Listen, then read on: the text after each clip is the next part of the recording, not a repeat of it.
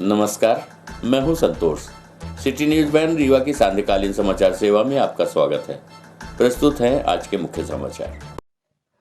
आसमान में sky diver और जमीन पर टोर्नेडोज को देख रोमांचित हुए बच्चे, सेना ने लगाया मेला। रीवा सैनिक स्कूल में पूरा छात्रों का लगा जमावड़ा, याद आया बचपन, हुए रंगारंग हैरत अंगेज कार्यक्रम। सैनिक स्कूल रीवा के 69 वर्ष पूर्ण होने पर स्कूल की हीरक जयंती मनाई गई। इस अवसर पर एक बार फिर सैनिक स्कूल में पूरा छात्रों का जमावड़ा लगा। देश विदेश से आए पूरा छात्र स्कूल में आकर अपने बचपन को याद करते नजर आए। हीरक जयंती के बीते 4 दिनों से विभिन्न कार्यक्रमों का आयोजन किया जा रहा है, जिसमें छात्रों के अलावा पूरा छात्र भी बढ़ चढ़कर हिस्सा ले रहे थे। आज आखिरी दिन सैनिक स्कूल प्रांगण में सांस्कृतिक कार्यक्रमों का आयोजन किया गया, जिसमें नृत्य, कथक डांस आकर्षण का केंद्र रहे। वहीं साथ ही सैनिकों की अलग अलग टुकड़ी द्वारा हैरत अंगेज प्रस्तुतियां भी दी गई। इस दौरान दर्शक एवं पूरा छात्र काफी उत्साहित दिखे। सर्वप्रथम कार्यक्रम में इंडियन नेवल बैंड द्वारा मनमोहक प्रस्तुति दी गई, जिसमें देशभक्ति एवं फिल्मी गाने गुनगुनाए गए। जिसके बाद पैरा मोटर्स का उपयोग करते हुए उड़ान का शानदार प्रदर्शन भी किया गया। आपको बता दें कि सैनिक स्कूल में पैराशूट प्रदर्शन के बाद 20 नवंबर को हीरक जयंती का समापन हो गया है। कार्यक्रम के दूसरे दिन नेवी बैंड से कार्यक्रम की शुरुआत हुई। इसके बाद सिख समुदाय ने तलवारबाजी, लठबाजी, मुंह से आग निकालना, आग मुंह में लेना, आंख बंद कर तलवार चलाना, ट्यूबलाइट खाना, अंगारों में चलना, लोहे की कील में चलना, बर्फ में लेटना, कोड़ा प्रदर्शन कर अतिथियों का दिल जीत लिया। वहीं पैरा मोटर बाइक डिस्प्ले में सेना के जवानों ने एक से बढ़कर एक करतब दिखाए। बुलेट चलाना, हाथ छोड़कर चलाना, तिरंगे को सलामी दी गई। इसके बाद थल जल वायु सेना के जवानों ने पैराशूट का प्रदर्शन कर दिल जीत लिया। कार्यक्रम के समापन अवसर पर थल सेना के उप सेनाध्यक्ष lieutenant general Upendra Dwivedi, Indian navy के वाइस एडमिरल दिनेश कुमार त्रिपाठी, रीवा सांसद जनार्दन मिश्रा, पूर्व मंत्री महाराजा पुष्पराज सिंह, सैनिक स्कूल के प्राचार्य सहित अन्य सैन्य अधिकारी एवं दर्शक उपस्थित रहे। सैनिक स्कूल में पूरा छात्रों का लगा जमावड़ा, याद आया बचपन, गैलेंट्री अवार्ड से हुए सम्मानित। सैनिक स्कूल रीवा के 69 वर्ष पूर्ण होने के बाद सैनिक स्कूल की हीरक जयंती मनाई गई। इन 4 दिनों में रंगारंग कार्यक्रमों का आयोजन किया गया। आपको बता दें कि सैनिक स्कूल रीवा के 69 वर्ष पूर्ण होने के बाद स्कूल की हीरक जयंती मनाई गई। इस अवसर पर एक बार फिर सैनिक स्कूल में पूरा छात्रों को जमावड़ा देखने को मिला। देश विदेश से आए पूरा छात्र स्कूल में आकर अपने बचपन को याद करते नजर आए। हीरक जयंती में बीते 4 दिनों से विभिन्न कार्यक्रमों का आयोजन किया जा रहा है, जिसमें छात्रों के अलावा पूरा छात्र भी बढ़ चढ़कर हिस्सा ले रहे थे। आज आखिरी दिन सैनिक स्कूल प्रांगण में सांस्कृतिक कार्यक्रमों का आयोजन किया गया, जिसमें नृत्य, कथक डांस आकर्षण का केंद्र रहे। कार्यक्रम के दौरान स्कूल में पढ़ रहे छात्रों से पूरा छात्रों ने मिलकर उनके फ्यूचर प्लान एवं डेवलपमेंट के संबंध में चर्चाएं की।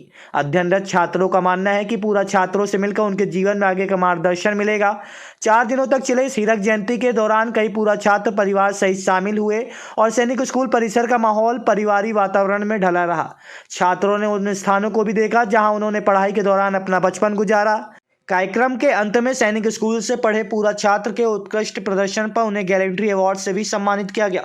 इस दौरान Ati Vishisht Seva medal general officer commanding in chief उत्तरी कमान lieutenant general Upendra Dwivedi, Indian navy के वाइस एडमिरल दिनेश कुमार त्रिपाठी, सांसद जनार्दन मिश्रा, पूर्व मंत्री महाराजा पुष्पराज सिंह सहित retired lieutenant general K T. Parnaik, retired lieutenant general A K. Singh, retired lieutenant general B S. Chauhan, retired lieutenant general Sandeep Singh सहित अन्य पूरा छात्र एवं सेवानिवृत्त शिक्षक उपस्थित रहे। हमारे स्कूल का हर छात्र इतना होनहार होता है, कहीं भी कोई अगर चैलेंज आता है तो जैसा हीरा तराशने पे चमकता है, वैसे ही हमारा होनहार छात्र हमेशा चमकता हुआ उभरता नेचुरल लीडर नजर आता है। भूमि पूजन का दंगल बना रीवा नगर निगम, परिषद अध्यक्ष ने कहा वार्ड पार्षद मेरे लिए प्रथम। नगर निगम में महापौर बना परिषद अध्यक्ष वेंकटेश पांडे ने कहा एमआईसी का निर्णय मान्य नहीं।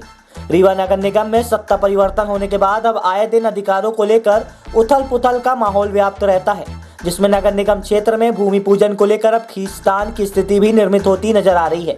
नगर निगम महापौर ने जैसे ही ये कहा कि बिना महापौर की उपस्थिति के भूमि पूजन नहीं होगा, इसके बाद नगर निगम में जैसे राजनीति का दंगल शुरू हो गया। आज नगर निगम परिषद अध्यक्ष खुद वार्ड क्रमांक 9 में भूमि पूजन करने पहुंचे और लगातार 2 स्थानों पर भूमि पूजन संपन्न भी कराया। जिसमें 18 एवं 14 लाख की राशि से निर्माण कार्य कराया जाना है। इस दौरान जब परिषद अध्यक्ष वेंकटेश पांडे से महापौर के निर्णय की बात की गई तो उन्होंने साफ कहा कि उनके लिए प्रथम नागरिक वार्ड का पार्षद है और MIC के द्वारा किए गए किसी का निर्णय मान्य नहीं। हम आपको बता दें कि रीवा नगर निगम में 2 दशक से अधिक भाजपा का कब्जा रहा है। इस दौरान निरंतर भूमि पूजन की होड़ लगी रही, जिसमें अधिकांश भूमि पूजन स्थानीय विधायक के द्वारा कराए गए। सत्ता परिवर्तन होते ही महापौर अजय मिश्रा बाबा ने इस परंपरा पर रोक लगा दी। यहां तक कि पूर्व में बिना कार्य आदेश के हुए भूमि पूजन का दोबारा भूमि पूजन कराया गया, जिसके बाद से नगर निगम में राजनीति गरमाने लगी है। अभी से रीवा नगर निगम का भाग्य माने या दुर्भाग्य, क्योंकि सत्ता परिवर्तन होने के बावजूद परिषद अध्यक्ष के सिंहासन पर बीजेपी का ही कब्जा रहा, जिसके कारण अब अधिकारों को लेकर रीवा नगर निगम रण का मैदान बना हुआ है। प्रस्तुत है नगर निगम परिषद के अध्यक्ष वेंकटेश पांडे से प्राप्त जानकारी के अंश।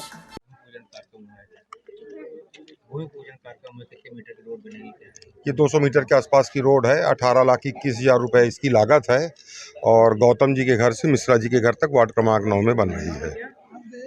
MIC में एक नियम पारित हुआ है कि किसी भी लोकार्पण या भूमि पूजन में महापौर की उपस्थिति रहेगी और इस भूमि पूजन लोकार्पण में आप उपस्थित हैं, लेकिन और क्या MIC की क्या नियमावली है? MIC को कोई भी अधिकार नहीं है कि कोई निर्णय लेने का कि MIC ये तय करेगी कि कौन भूमि पूजन करेगा, कौन लोकार्पण करेगा।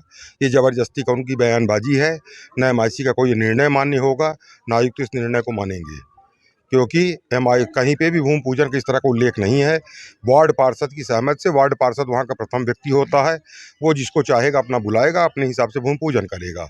जैसे आज वार्ड क्रमांक 9 में श्रीमती विमला सिंह जी ने वार्ड में भूमि पूजन करवाया। वार्ड के एक वृद्ध बुजुर्ग व्यक्ति से साल श्रीफल करा के उनसे भूमि पूजन करवाया। मतलब MIC की किसी भी नियमावली को पालना नहीं। MIC अगर सही नियमावली का, MIC को ये नियम बनाने का अधिकार है ही नहीं। कोई अधिकार नहीं है MIC को, किसी भी अधिनियम में कहीं पे ये उल्लेख ही नहीं है। वार्ड पार्षद ही वार्ड में नारियल फोड़ेगा, जिसको चाहे उसको बुलाए। और MIC ने जो ये निर्णय दिया, एक तो निर्णय भी आया नहीं है और निर्णय अगर है तो अमान्य निर्णय है। उस निर्णय की कोई वैल्यू नहीं है। तो बिना किसी असहमति से महापौर भी इसमें किसी भी 1-2 और भूमि पूजन में महापौर की उपस्थिति नहीं देखी गई थी। वार्ड पार्षद नहीं बुला रहे हैं, उनको नहीं है विश्वास। पार्षदों को जिसके ऊपर विश्वास है उसको बुला रहे हैं अपने उसमें। इसमें कौन सी बात है? वार्ड पार्षद जिसको चाहेगा उसको बुलाएगा। कितने लाख की लागत से है सड़क? ये 18,21,000 की लागत से है। कब तक ये निर्माण कार्य पूरा होगा? निर्माण कार्य बस 2-4 दिन में ठेकेदार माने कब से काम चालू कर रहे हैं? कल से काम चालू करेंगे और हो गया, महीने 2 महीने में काम हो सड़क के जाएगा। अलावा नाली के लिए भी है कि पूजन अभी वार्ड क्रमांक 9 में ही निराला नगर में उसका भूमि पूजन हो गया। उसकी लागत करीब 14 लाख कुछ हजार के इस आसपास सड़क थी। में अभी नाली बनी है कि सिर्फ सड़क के लिए? अभी केवल सड़क बस का है। इसमें नाली के लिए नाली का प्रस्ताव पार्षद जी द्वारा बना के भेजा गया है। MIC की कोई नई नियमावली जिसके तहत महापौर अगले किसी भूमि पूजन में शामिल हो? MIC के मध्य प्रदेश नगर निगम चलता है अधिनियम से। मध्य प्रदेश नगर पालिक अधिनियम में कहीं पे भी भूमि पूजन करने का महापौर को MIC को निर्णय लेने का अधिकार नहीं है। एक परंपरा चली आई है, 20 साल से यहाँ महापौर बने आते हैं। हर वार्ड में वार्ड पार्षद भूमि पूजन करता है, जिसको बुलाना होता बुलाता है। महापौर को बुलाना महापौर को बुलाया, अध्यक्ष को बुलाया अध्यक्ष को बुलाया। जो पहुँच गए हो गया, नहीं पहुँचे तो पार्षद अपना भूमि पूजन करता है, खुद करेगा या वार्ड के किसी वरिष्ठ व्यक्ति से कराएगा।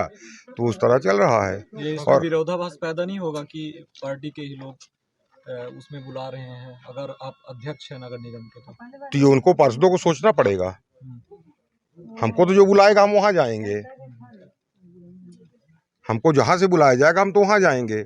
और जहाँ आप बोल रहे हैं कि MIC से निर्णय पारित हुआ है, MIC को ये निर्णय पारित करने का अधिकार है ही नहीं।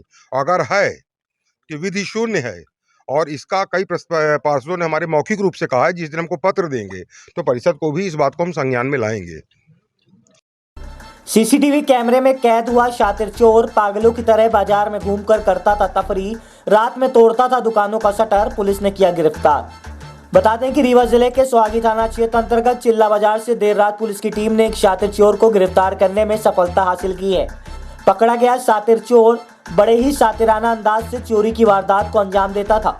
आरोपी दिन भर पागलों की वेशभूषा बनाकर घूमता था, जिससे किसी को उसके चोरी होने का आशंका न हो सके, और फिर देर रात दुकानों की शटर के पास लेटकर लोहे की रॉड से शटर तोड़कर दुकानों के अंदर आसानी से दाखिल हो जाता था।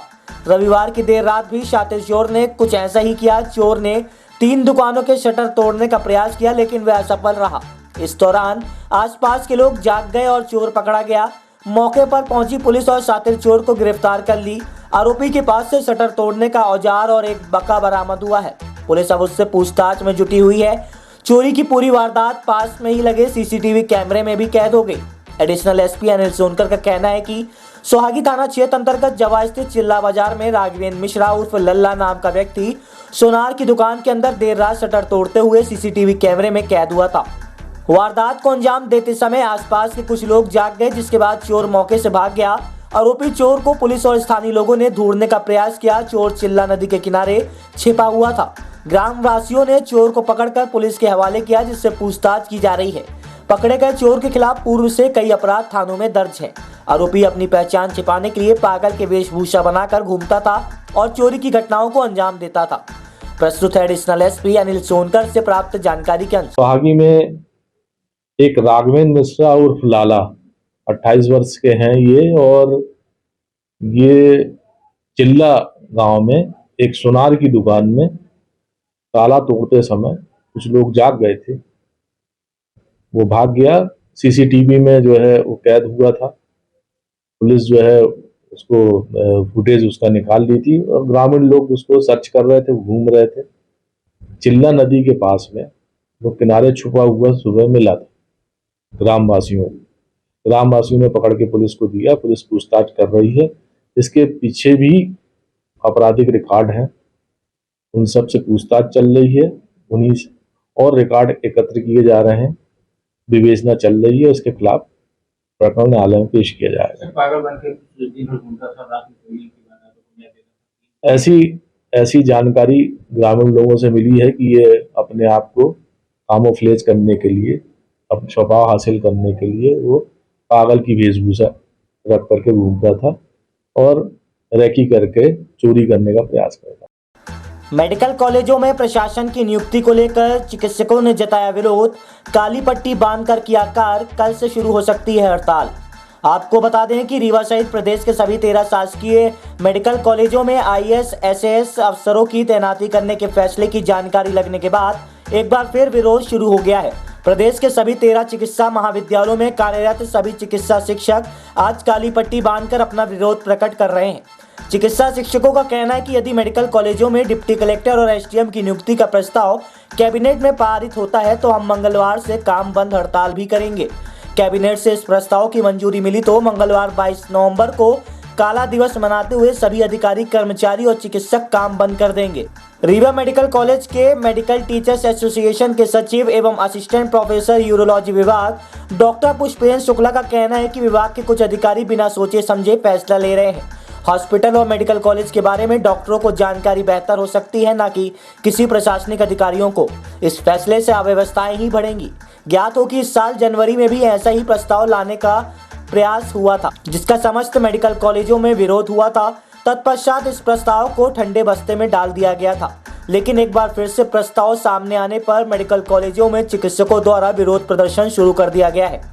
प्रस्तुत है यूरोलॉजी विभाग के असिस्टेंट प्रोफेसर एवं सचिव MTA डॉक्टर पुष्पेंद्र शुक्ला से प्राप्त जानकारी के अनुसार में आया है कि मध्य प्रदेश सरकार कुछ ऐसा निर्णय लेने जा रही है जिसमें प्रशासनिक स्तर के अधिकारियों की नियुक्ति हमारे मेडिकल कॉलेज की देख रेख के लिए किया जाएगा।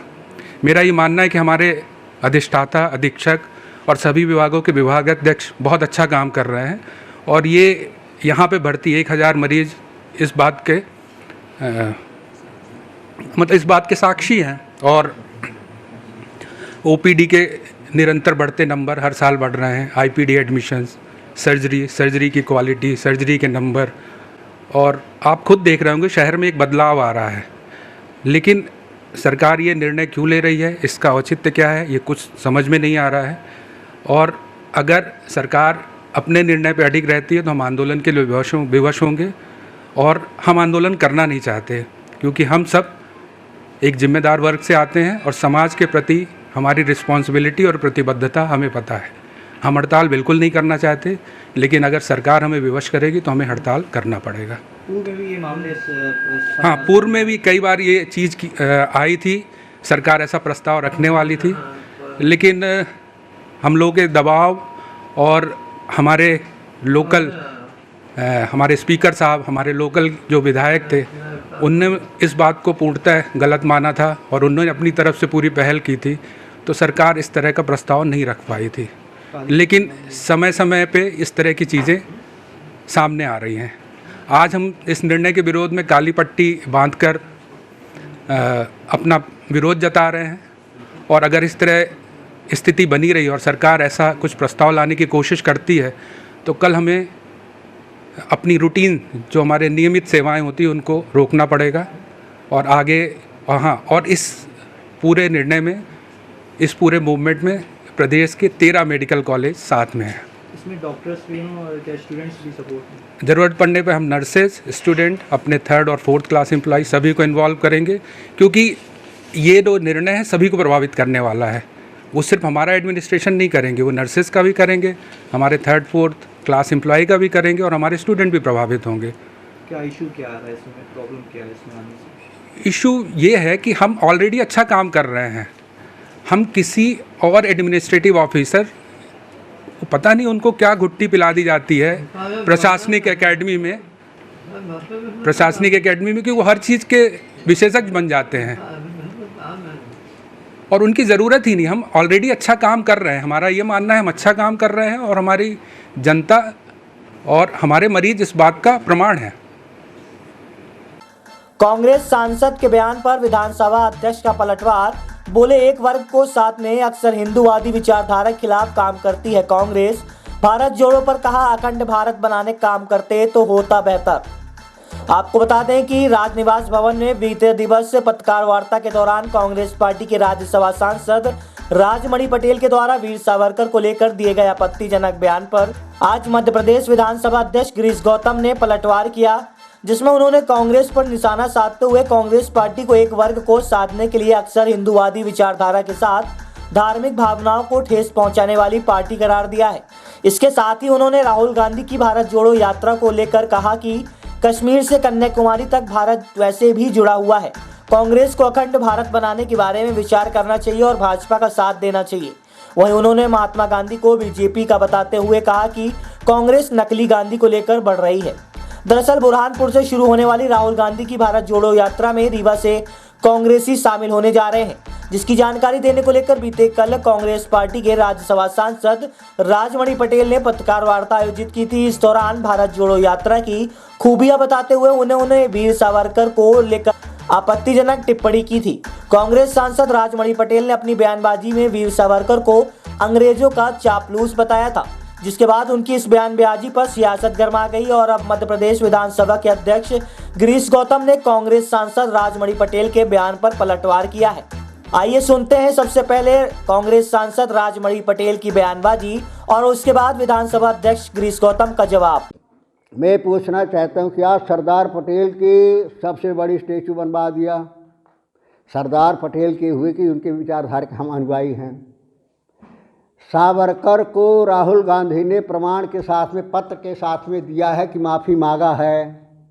तो इनमें दम है तो पत्र दिखा देना कि माफ़ी नहीं मांगे, प्रमाण दे भारतीय जनता पार्टी। तो जिस समय सरदार पटेल महात्मा गांधी के पुजारी है, तो जिस समय महात्मा गांधी यातनाएं भोगत रहे थे, जेलों में सड़ रहे थे, प्रजातंत्र की लड़ाई के लिए, आवाज़ उठाने के लिए, गरीब को हक अधिकार दिलाने के लिए, उनको स्वाभिमान और सम्मान की लड़ाई लड़ रहे थे, इस विचारधारा के लोग कहाँ थे? क्या गांधी के साथ में थे? क्या सरदार पटेल की विचारधारा के साथ में थे? या सावरकर की विचारधारा के साथ में थे? अंग्रेज़ों की चापलूसी करते थे। ये तो इतिहास है, जग जाहिर है, आप सब जानते, दुनिया जानती है। इस देश में कुछ दल या कुछ राजनीतिक दल के नेता इस तरह के हैं कि बार बार हमारे जो स्वतंत्रता संग्राम सेनानी हैं या हमारे जो इस तरह के शहीद हैं उनका अपमान करना, हिंदू धर्म का अपमान करना, लगातार क्वेश्चन मार्क करना, दूसरे जो धर्म हैं उनके बारे में एक शब्द उनके मुंह से जिह्वा से नहीं निकलती। और कई बार आप देखते होंगे कि हिंदू का कोई कत्ल करता है, उसमें उनकी ज़बानें बंद रहती हैं। दुर्भाग्य से किसी दूसरे संप्रदाय का किसी को कोई घटना हो जाए, उसके लिए वो रोते हैं, आंसू बहाते हैं, ऐसा लगता है कि उनके घर परिवार का कोई सदस्य। ये राजनीति की वर्तमान है। जहाँ तक है वीर सावरकर को उन्होंने कहा है तो कम से कम उनको एक बात और देखना चाहिए, महात्मा गांधी ने जो पत्र लिखा था अंग्रेज अधिकारी को, उसमें भी जो शब्द नीचे जो उनने अपने को लिखा है, तो उस भाषा का इस्तेमाल तो गांधी जी के बारे में सवाल करेंगे, जरा उनसे पूछिएगा कि गांधी जी के उस पत्र के बारे में उनका क्या कहना है जो देवेंद्र फडणवीस जी ने उसको ट्विटर में डाला है। क्या ऐसा मान करके वो पत्र सत्य, उसके खिलाफ कोई कार्रवाई करेंगे क्या, जरा उनसे पूछना तो। और इनकी आदत में हो गया है हिंदुओं को गाली देना, हिंदू धर्म को गाली देना, सनातन धर्म को गाली देना, सनातनियों की खिलाफत करना, और ये सिर्फ और सिर्फ इसलिए होता है एक वर्ग उनसे खुश रहा है, वो उसका वोट लहाते रहे, इंतजाम करते रहे, इसलिए इस तरह का बयान देते हैं। एक तरफ भारत जोड़ो यात्रा का आयोजन है, दूसरी तरफ इस तरह के बयानबाजी। अब वो भारत जोड़ो क्या है मैं जानता नहीं, भारत तो ऑलरेडी जुड़ा हुआ, भारत खंडित कहाँ है। कोई पाकिस्तान भारत जोड़ना होता तो समझ में आता कि पुराने भारत को एक करना है, बांग्लादेश, हमारे अफगानिस्तान, हमारा बांग्लादेश हो, पाकिस्तान हो, बर्मा हो, लंका हो। तो 19वीं सदी के भारत को जोड़ने के बाद भारत तो जुड़ा हुआ है, कन्याकुमारी से लेकर के जम्मू कश्मीर तक एक है, हम स्वतः नारा लगाते हैं। हमारे पूर्वांचल से लेकर के पश्चिमांचल तक एक है हम, पूरा भारत अखंड है। अखंडता जिसको जोड़ने की बात करनी चाहिए उनको नहीं कहते। पीओके हिंदुस्तान के अंदर आना चाहिए, इस सवाल को क्यों नहीं उठाते, वो क्यों नहीं कहते, क्यों नहीं सरकार का साथ देते कि पीओके को वापस लाओ, हम साथ में रहेंगे। तो पीओके पाकिस्तान में रहा है, बाकी भारत जोड़े करते रहो। इस भारत जोड़ने से कुछ नहीं होता है। जम्मू कश्मीर में 370 धारा 35 हटाए जाने पर रोने वाले भारत जोड़ो की बात न करें तो ज़्यादा बेहतर है। उन्होंने कहा सरदार पटेल गांधी जी के अनुयायी थे और गांधी जी से भाजपा अलग है। गांधी जी से वो अलग हो गए, हम थोड़े, वो नया गांधी चुन लिया उन्होंने ना।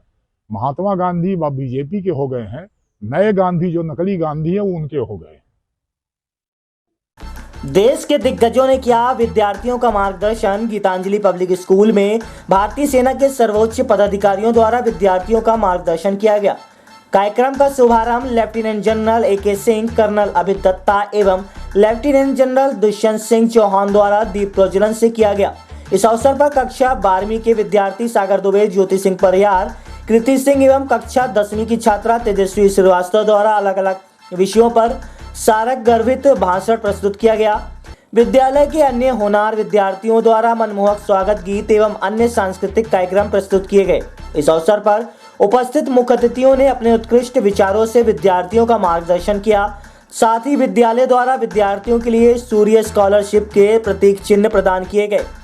विद्यालयों के संस्थापक शिव प्रसाद प्रधान द्वारा विद्यालय के विभिन्न गतिविधियों की जानकारी देते हुए विद्यार्थियों का मार्गदर्शन किया गया।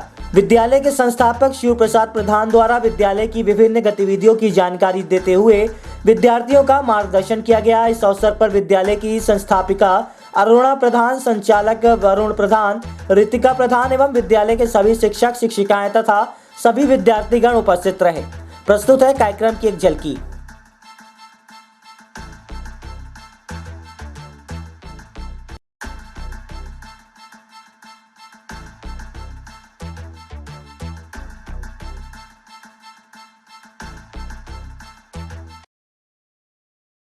Been sitting in a lot of interviews, and it was not only academics which was main focus while you were appearing for your jobs, which you all will be at some point or the other.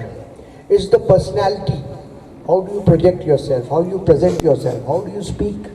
How confident you are? And all those things, as I see in the school by those girls and boys, those who have been speaking from the dais, they were speaking sense, they were speaking fluently, they were speaking with confidence. And not only them, I'm sure you all are of that level. You all can speak that way, you all can speak confidently. Rewa के बच्चे पढ़ नहीं पाते हैं, उनको इस तरह से अध्ययन करवा दो जो दिल्ली कॉलेज और लंदन अमेरिका में पढ़ाते थे। तो आज मैंने वही संकल्प के साथ ये कार्य किया है।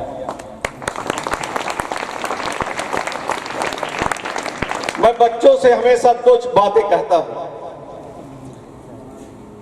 और हमेशा स्कूल में खासकर अनुशासन के लिए बहुत ही अग्रसित रहता हूं